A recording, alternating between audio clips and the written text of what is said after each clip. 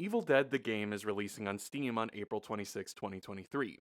The game was initially released as an Epic Store exclusive, and having enjoyed most of the movies, I was willing to give an asymmetrical horror game featuring the iconic roster a shot. The game pits four survivors together, all being iconic characters from the movies and TV series, against one demon player that plays more like an RTS game, seeing the demon placing down traps and baddies in the way of survivors to level up and get more and more powerful units, to then hopefully wipe the survivor team out before they can complete their tasks.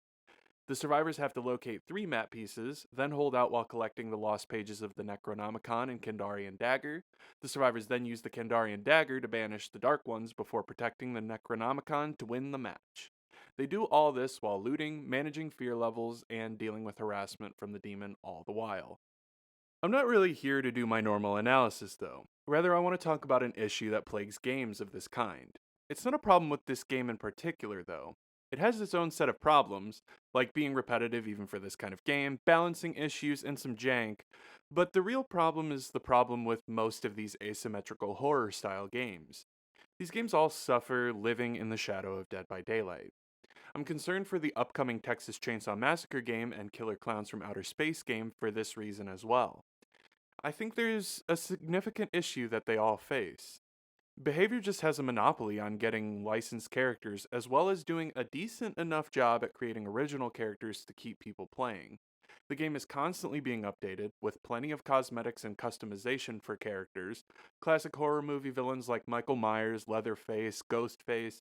They also have game characters like Nemesis and Wesker from Resident Evil, and Pyramid Head from Silent Hill 2. Survivors even see characters like Ash from Evil Dead, and Leon and Jill from Resident Evil. This overlap means that there's really no incentive for players to switch games, especially to something like Evil Dead the game or the Texas Chainsaw Massacre game, because they're already in DBD.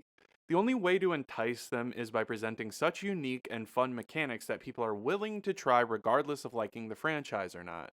That takes a special kind of rare developer that I quite frankly don't think has shown themselves yet.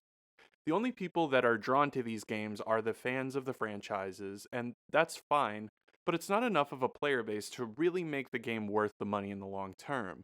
You're gonna have to get your fun out of the game in the first few months before it's dead and dry. The reality is that these super specific niche horror asymmetrical games just don't have staying power. There's only so much content you can milk from these pre existing franchises before you run out of new maps, bad guys, and survivors. At that point, the game either dies or they make stuff up. The limitation of using a franchise like this specifically for multiplayer purposes means the game has a finite lifespan that can be gauged by how many characters there are left in the franchise that are left unadapted. The only thing these games do have over DBD is the charm from their franchises that DBD loses by being a game that throws all of the existing franchises together.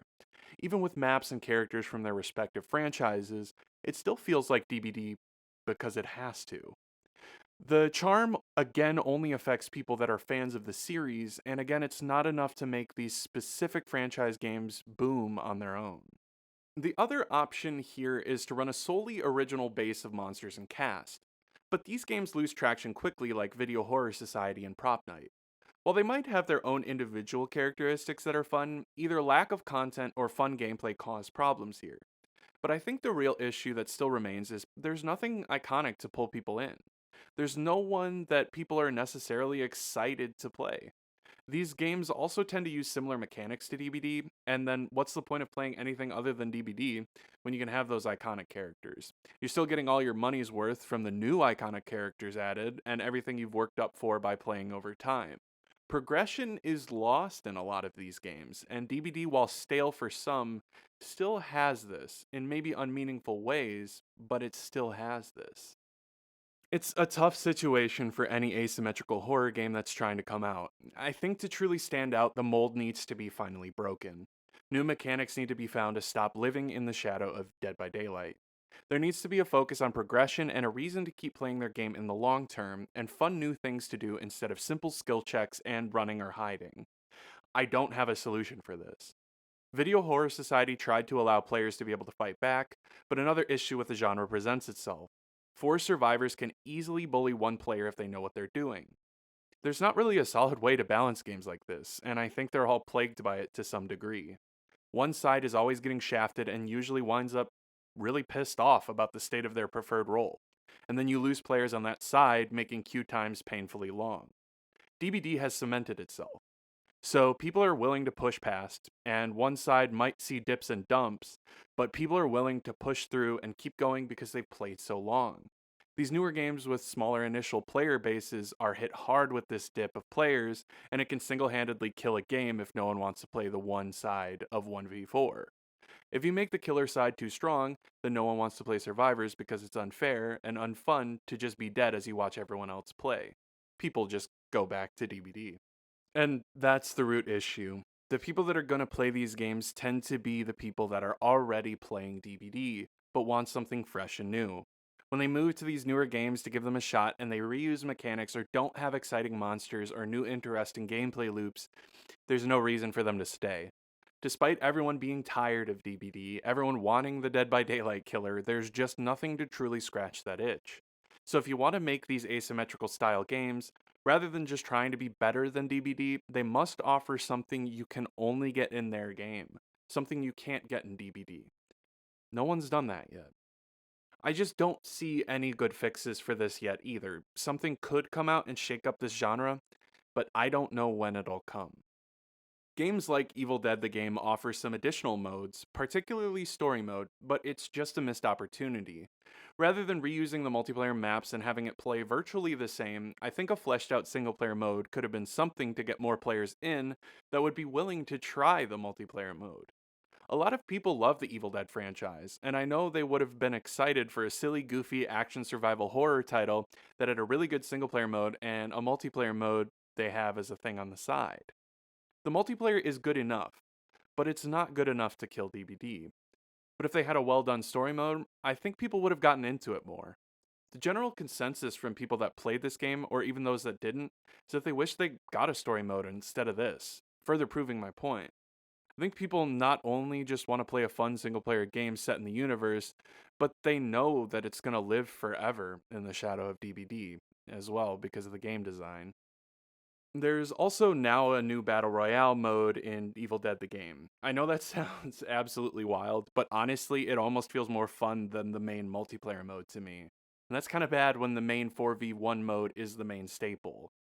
They're just trying anything to keep this game alive, and I really respect that, since so many devs will call it quits if their game kinda dies out. But even with the resurgence of Steam players in the coming weeks, I still don't think there's much staying power. The new movie has some new characters they can throw in, but after that, a lot of the franchise is pretty tapped.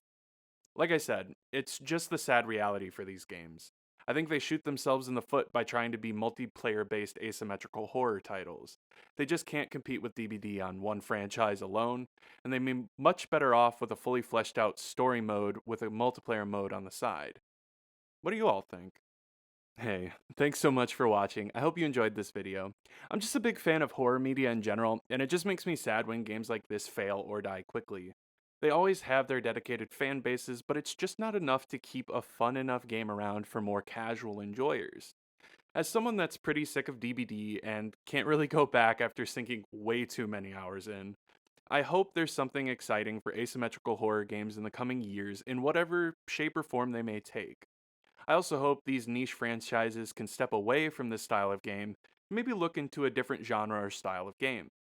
If you enjoyed the video, make sure to like, comment, and subscribe, and hit the notification bell if you want to be notified of future videos. Plenty more content to come. Anyways, I'm out. I'll catch you in the next one. Peace.